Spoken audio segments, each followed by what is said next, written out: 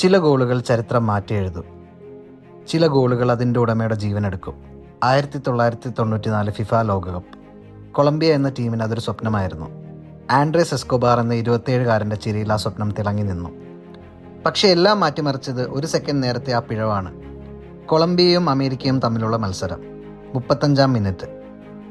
Andres എസ്കോബാറിൻ്റെ ബൂട്ടിൽ തട്ടി പന്ത് സ്വന്തം ഗോൾ വലയിലേക്ക്. അതൊരു ഓൺ ഗോളായിരുന്നു.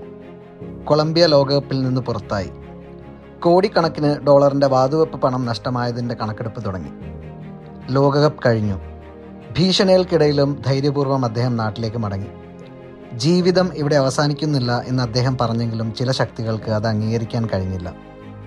1994 ജൂലൈ 2 മെഡലിൻ നഗരത്തിൻ്റെ ഒരു ബാറിന് പുറത്ത് ഒരു കാർ എസ്കോബാറിൻ്റെ അടുത്തേക്ക് വന്നു നിന്നു.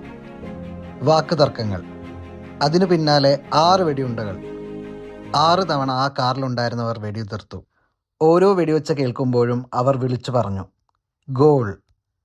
ആ ഒരൊറ്റ ഓൺ ഗോളിന് അവർ ചോദിച്ചു വാങ്ങിയത് ആ ലോകോത്തര താരത്തിൻ്റെ ജീവനായിരുന്നു. ഫുട്ബോളിനെ സ്നേഹിച്ച ഒരുവൻ കളിക്കളത്തിലെ പിഴവിന് തെരുവിൽ കൊല്ലപ്പെട്ടു വീണു. ആ ഓർമ്മ ഇന്നും ഒരു ഞെട്ടലായി കൊളംബിയൻ ഫുട്ബോളിൻ്റെ നെഞ്ചിലുണ്ട്.